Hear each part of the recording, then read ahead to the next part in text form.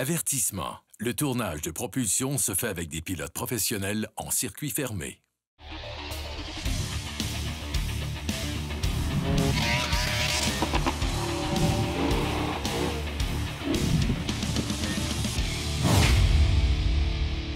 Cette semaine, à propulsion. Moderne contre rétro. Deux Mustangs 5 litres s'affrontent.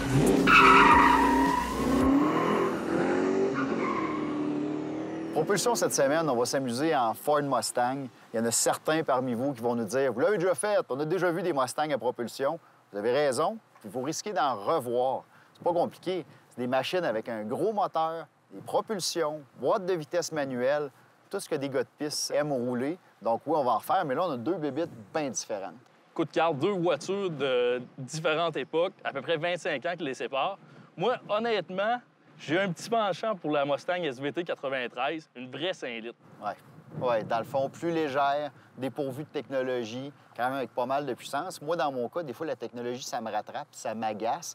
Il y a le régulateur de vitesse adaptatif, des choses comme ça, le contrôle de stabilité, même si on veut le désactiver au complet, des fois, il revient. Par contre, beaucoup plus de puissance, mais un poids qui est en conséquence. Donc, ça va être deux autos qui devraient être le fun à opposer. Le seul moyen de le savoir, c'est d'aller les essayer directement. C'est plate, ça? Hein? On va y aller.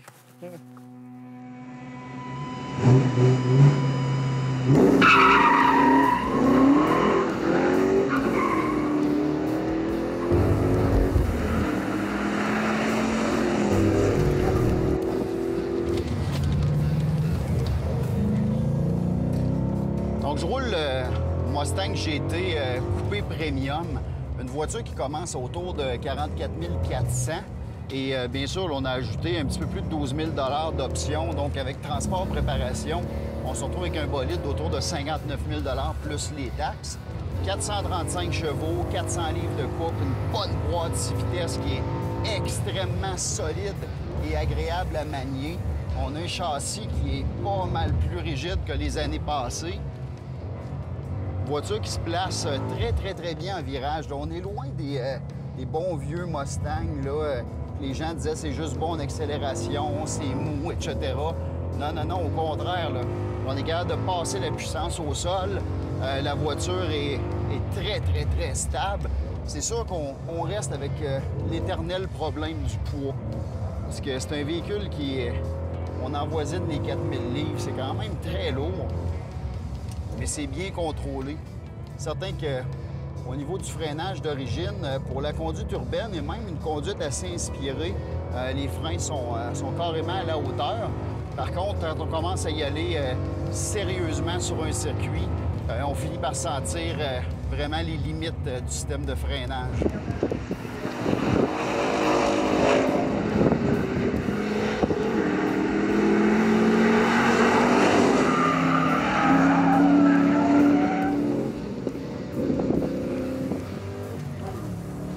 La puissance, elle est pas pire. Pas en tout, pareil. Hein? Regarde, ça pousse bien, mais... C'était une super machine, pareil, dans le temps. C'est juste dur de mettre la puissance à terre. C'est juste quand même 235 forces, mais c'est surtout le couple. C'est 280 les pieds de couple.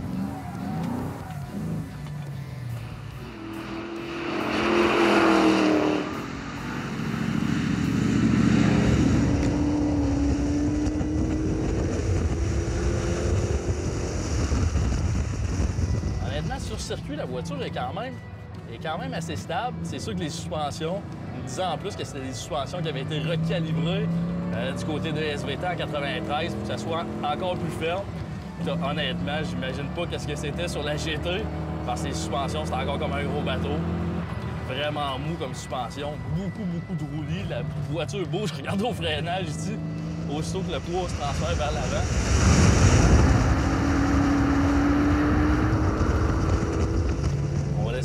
Refroidir un peu le moteur. Vraiment, la Cobra, en 93, c'est ce qu'il y avait de spécial, c'est que c'est le premier véhicule que SVT présentait sur le marché. La compagnie SVT, c'est une division complètement externe de Ford. SVT pour Special Vehicle Team. Le but de cette compagnie-là, c'est de faire des voitures qui étaient exclusives, des voitures qui allaient être quand même abordables, qui allaient avoir des bonnes performances aussi.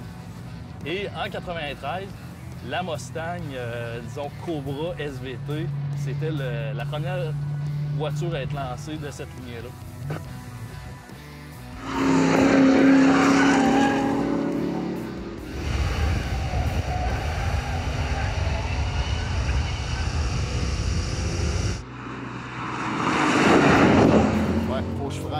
Quand même passablement dans les S. En temps normal, avec d'autres voitures, je peux faire des passages beaucoup plus inspirés que ça, mais là, le poids restreint un petit peu ma marge de manœuvre. Mais la machine va très bien. Celle-là, parmi tout l'équipement, on a un Sport Package qui me donne un différentiel glissement limité, un ratio final de 3,73. Et on a des roues 19 pouces avec des pneus plus larges. Et on sent vraiment la différence de traction que ça peut donner, là. Une voiture quand même assez physique à conduire. On a une servo-direction assistée électronique qui, heureusement, élimine beaucoup d'efforts. Puis ce que j'aime, c'est que l'accélérateur et les freins, quand on fait la manœuvre de talon-pointe, premièrement, les pédales sont très bien placées pour le faire. Et deuxièmement, le régime moteur monte rapidement quand on fait notre fameuse manœuvre de talon-pointe. Dans certaines autos modernes, il y a tellement de délai avec l'accélérateur électronique qu'on se retrouve à être obligé d'exagérer énormément nos manœuvres. Alors que ça, c'est vraiment une auto qui est faite pour se faire conduire rapidement. Ça commence à glisser un petit peu plus. Là, on commence à sentir un peu de surchauffe. Les pneus arrière, qui peut se traduire par des légers dérapages.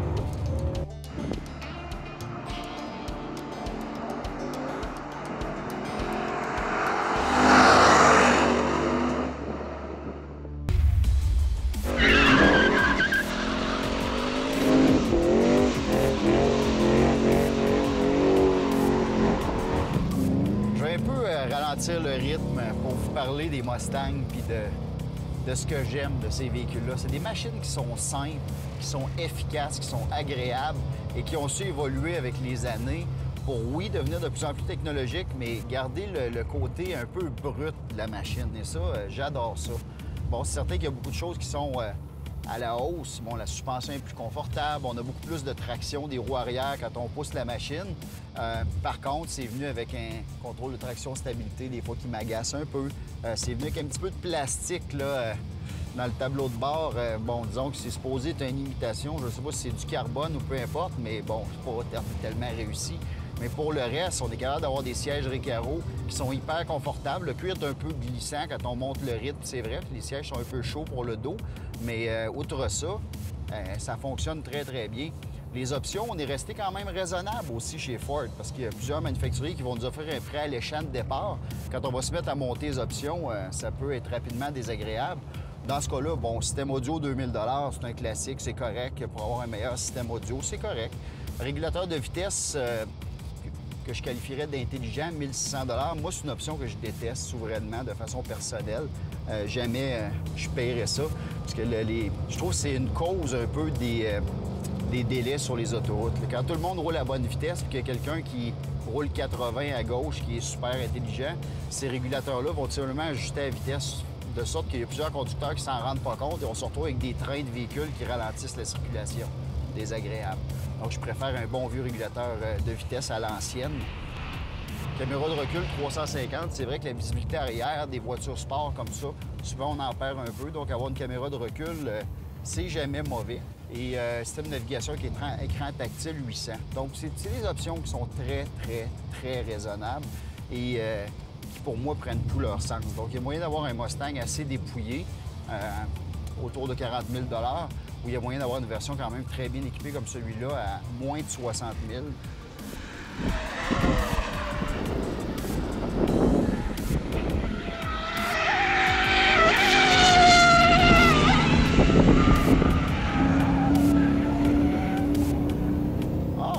Dessus, là. Le réveil de la bête.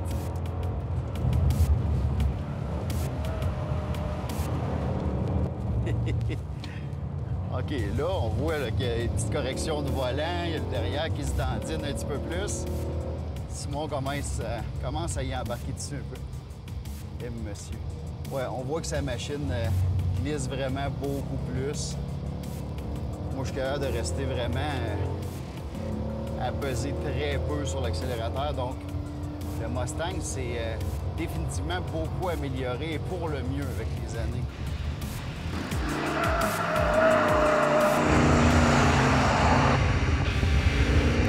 La fameuse Mustang 5 litres, c'est en plein ça. Une voiture qui est super agréable à conduire, quand même performante, et surtout le fait qu'on ait une suspension encore avec un essieu rigide en arrière. Oui, c'est dur de transférer, de mettre la puissance au sol. Oui, c'est pas le principe justement de l'essieu rigide.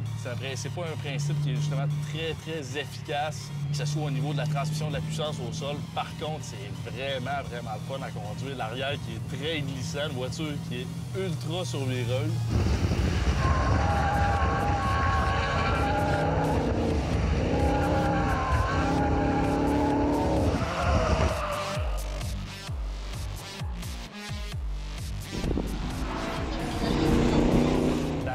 Ici, on peut sentir que la voiture bouge vraiment beaucoup. La transmission travaille très, très bien aussi. Les fameuses transmissions T5 qu'on trouve dans la voiture. On l'avait retravaillé, par contre, à l'intérieur, on a mis des pièces internes plus robustes au niveau de la transmission pour avoir une meilleure fiabilité.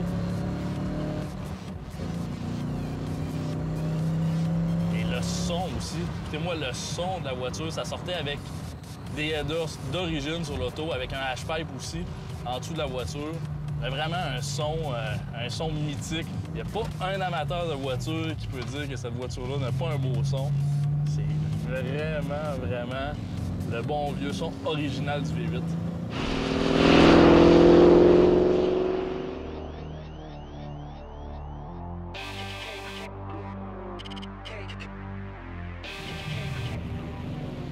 Au niveau du quart de mille, la Mustang Cobra bouclait le quart de mille en 14,5 secondes à presque 100 000 à l'heure. C'était quand même assez rapide aussi. Puis on était en mesure d'atteindre des performances aussi bonnes que ça, justement, en raison du ratio du différentiel qui était vraiment court aussi. La transmission, les vitesses sont bien étagées, quand même très précis aussi. Je suis surpris parce que la précision du levier de vitesse est là. Les bonnes vieilles mécaniques 5 litres qu'on trouvait dans les années 90, ben c'était ça.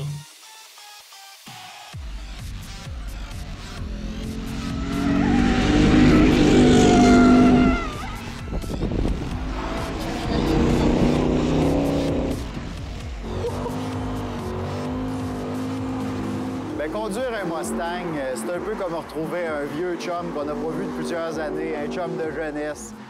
On le sait que ça sera pas compliqué, ça va être comique, on va avoir du fun, il va y avoir peut-être un peu de consommation. Avec un vieux chum, c'est une petite bière, avec un Mustang, c'est de l'essence, mais ça va être une bonne journée, c'est exactement ce qui est arrivé. Peu importe qu'on ait un Mustang plus récent ou un Mustang de vieille génération, c'est toujours le même plaisir, puis je vous garantis qu'on va remettre ça.